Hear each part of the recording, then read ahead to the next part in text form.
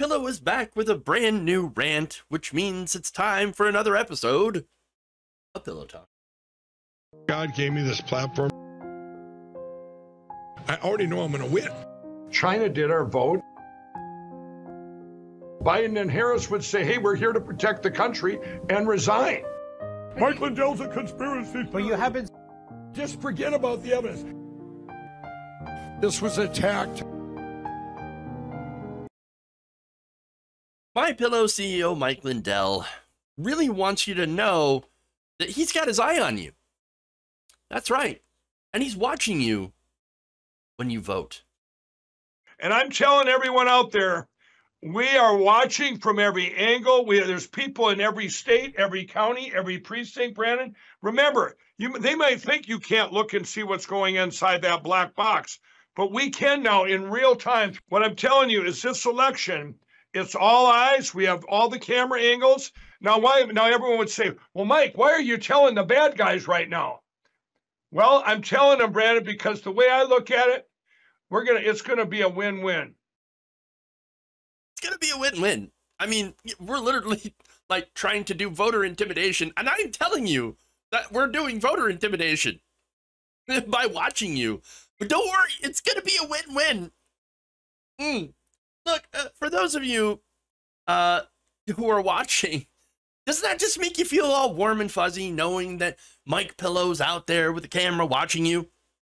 You know, you got all these cameras that are watching you put your ballot into the box. You know, knowing that, hey, if you put more than one ballot, such as maybe a family member's ballot from the same household, you know, they will have you on video and accuse you of being a mule. Doesn't that make you feel great? Again, perfectly legal to take in ballots and put them in drop boxes of people that live with you, registered voters. Big Pillow is watching you. That's excellent, Woozle. That's a great comment. But look, this is the insanity that's going on in this country. Total insanity. How is this not considered voter intimidation? Seems a little intimidating. But see, here's the thing. It's worse than just cameras. Because I've talked about this. This has been news all over the country about armed vigilantes setting up shop next to drop boxes. You know, they're all like dressed up, masks and everything. Like, ironically, the one time Republicans, right-wingers will wear masks is when they're trying to menace people at the polls. Just saying, a little weird. And guns. And like, oh, we're just going to watch to make sure you don't do the voter fraud. Hey, what you doing? How many ballots you putting in them box? You a mule? Are you a mule? No, I'm not a mule, but you're a jackass. Get out of my way and let me vote. Dipshit. So look, the intent is clear regardless of what they claim. Oh no, we're just protecting the vote. No, they want to scare people. They want to scare people away from using the drop boxes and just voting in general. So now there's a couple of decisions here from a federal judge. So a couple of cases against these armed vigilantes. Now, recently there was a lawsuit from an association for retirees and an organization for Latino voters. They were looking at getting a temporary restraining order against one of these groups called Clean Elections USA. As if, you know, the elections are dirty and need cleaning, a lot of cleaning, very much cleansing. Where the water rushes out to sea because you could never handle it. They got to clean it, apparently. No, this lawsuit against Clean Elections USA, who is right now, you know, coordinating a campaign of voter intimidation, voters in Arizona, but in other places, Georgia as well, they're responsible for these armed vigilantes. And so you had a district judge, Michael Limberti, who had ruled first, this was on Tuesday, I believe, that while there were legitimate concerns about the conduct, that there wasn't enough evidence at the stage to restrict anyone's First Amendment rights. Now think about that for a second. How is sitting there armed at a drop box considered to be free speech? You're not really talking, are you? I guess maybe you're trying to talk with the gun or something. I don't know. But the other thing, the concern is, okay, what about the rights of the voters who don't feel safe casting their ballots at the ballot box? How about that? How about that? Well, now there was a second lawsuit following this, which actually convinced Judge Limberti to think, oh, maybe there is something to this whole, voter intimidation thing. In fact, the League of Women Voters who brought this lawsuit showed evidence, showed examples of how this is voter intimidation. And now he said, quote, that he had found the evidence from an article in this suit much stronger, and that he has now heard evidence that we did not hear last week of individuals being harassed and intimidated. Now that ruling, of course, that second ruling, which, barred people from sitting, I think at least around 200 feet. They have to be 200 feet away from the drop boxes now.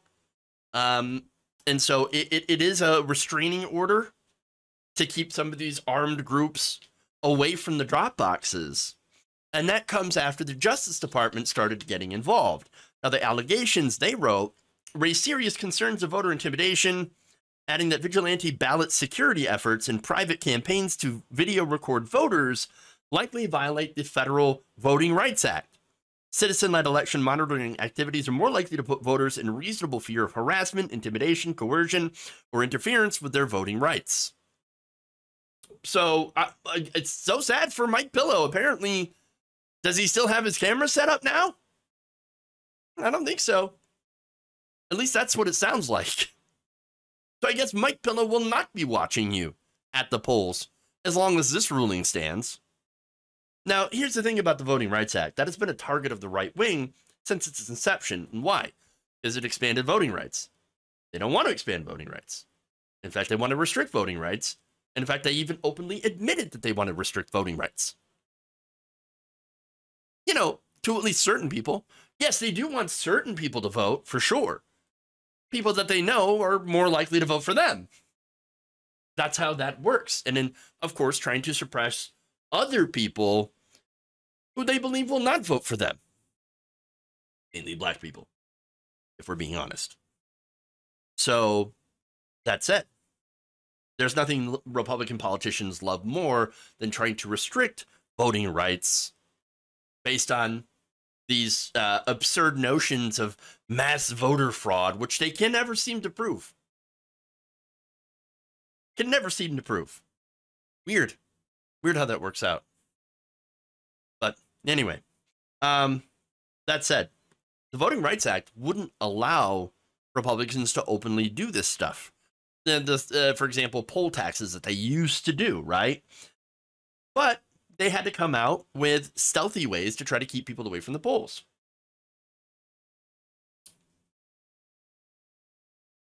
It's not so stealthy anymore, though. Not anymore. Not anymore. Now they're openly conspiracy theorists. And they're just like, yeah, you know what, fuck it. Let's just put armed people next to the drop boxes or have people film others with cameras. Why not? It's not like we don't have a lot of the courts.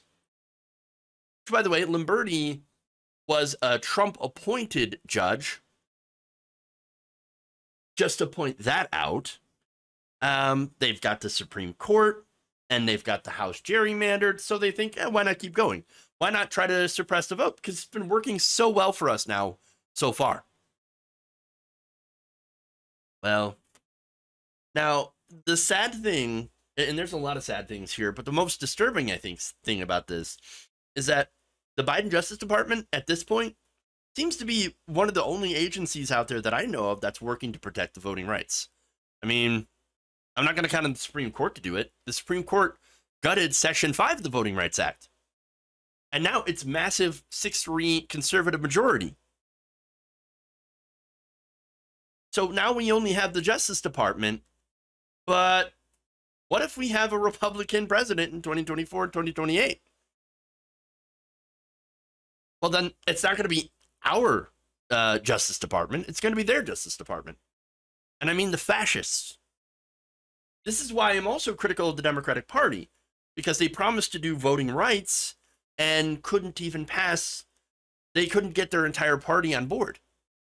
Couldn't carve out an exception to the filibuster. couldn't get Joe Manchin or Kyrsten Sinema to back voting rights. And then just kind of like, I mean, that's no excuse for that kind of disastrous failure. And it really is scary because, look, that's going to lead to the erosion of what little spark of democracy still exists in this country that people like Mike Pillow are actively trying to smother.